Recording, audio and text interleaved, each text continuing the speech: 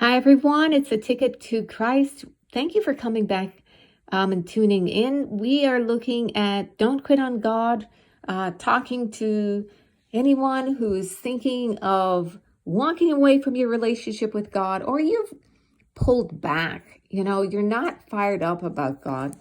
Um, Maybe you've grown wary. We're looking at Psalm 145. And we're reading from verse 8, but I encourage you to read the whole thing. But we're reading bits from verse 8. The Lord is gracious and full of compassion, slow to anger, and great in mercy. The Lord is good to all, and his tender mercies are over all his works. All your works shall praise you, O Lord, and your saints shall bless you. They shall speak of the glory of your kingdom and talk of your power, to make known to the sons of men his mighty acts and the glorious majesty of his kingdom. Your kingdom is an everlasting kingdom, and your dominion endures throughout all generations. The Lord upholds all who fall and raises up all who are bowed down. The eyes of all look expectantly to you, and you give them their food in due season. You open your hand and satisfy the desire of every living thing. The Lord is righteous in all his ways, gracious in all his works. The Lord is near to all who call upon him, in truth. He will fulfill the desire of those who fear him. And you can read the rest, as you read through this whole psalm. But I'm reading it in the New King James Version because I like how this translation brings it forth as opposed to the old translation of just the regular King James. But what is it that's jumping out at you about God's character? What is your heart pulled toward? I think that verse 8 is a good one to look at and to meditate on. This says that God is gracious and full of compassion, slow to anger, and great in mercy. Do you believe that? Do you believe that God is gracious and full of compassion, slow to anger, and great in mercy? And if you believe that, why are you pulling away? Do you believe that God is good to all and his tender mercies are over all his works? Why would you walk away from that? Why would you walk away from goodness and mercy? Why would you walk away from compassion and grace? Right? And if you don't believe that, why are you thinking blasphemous thoughts? Like, what is it that happened to your heart that got it so hard? And so I don't think that you don't believe that. I just think that sometimes people can get very desensitized and forget about, who they're dealing with. Forget that God cannot change. He cannot change his character. His nature is eternal. It doesn't matter what goes on in your life. God doesn't change. This is who he is.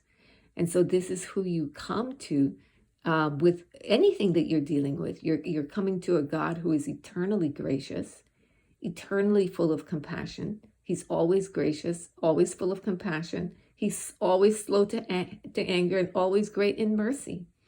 And he's always good to all.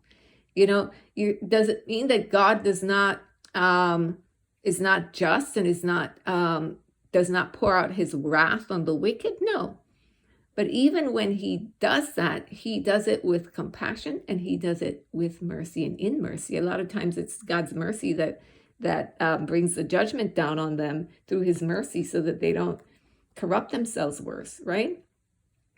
What I love here that also stands out powerfully to me is where it talks about in verse 16, you open your hand and satisfy the desire of every living thing.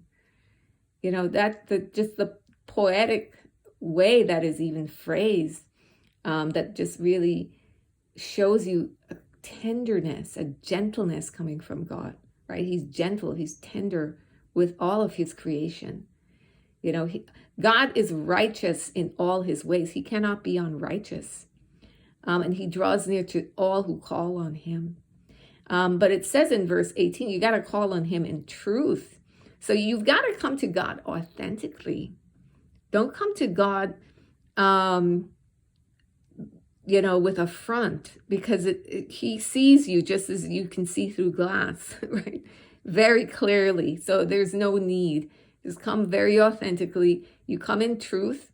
You come in Christ.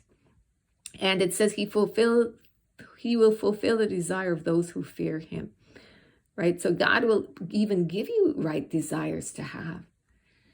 And so when you read this, go through it and look at, okay, the different characteristics of God, and ask yourself, do I believe that about God?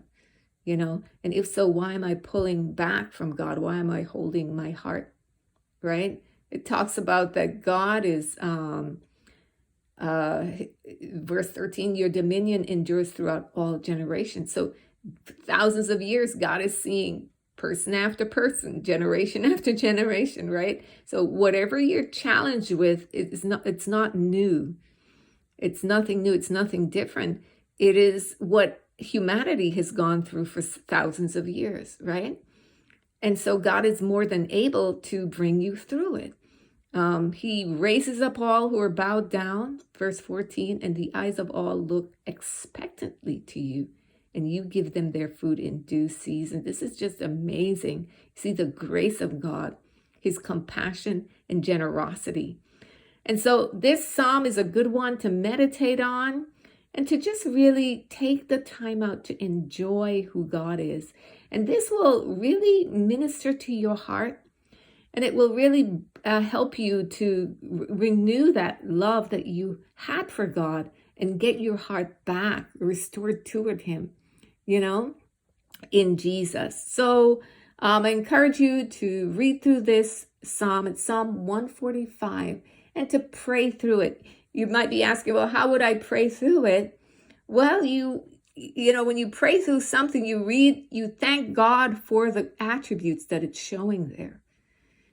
So you'd say, thank you, God, that you're gracious and full of compassion, that you're slow to anger and great in mercy. So you go through it and you thank God for the different attributes and the different qualities that are being talked up here. And it will minister to you, it will bless your heart. And just by even taking the step to do that is going to bring a shift in you. It's going to bring a change in you. It doesn't matter where you are. You can, as long as you're alive, you have life, you're breathing. Even if you're on your deathbed and you can hear this, your last breath, turn and say, God, have mercy. And he will have mercy. He's a merciful Father, God of compassion. And there's no situation and no life that he cannot change and cannot reach. If you but would cry out and say, God, have mercy. You're a Father whose mercy is eternal. Your mercies never fail. And I need your mercy right now. Change my heart. And he will do that, beloved. That's it from me. We'll pick up again tomorrow. Have a great day. Bye-bye.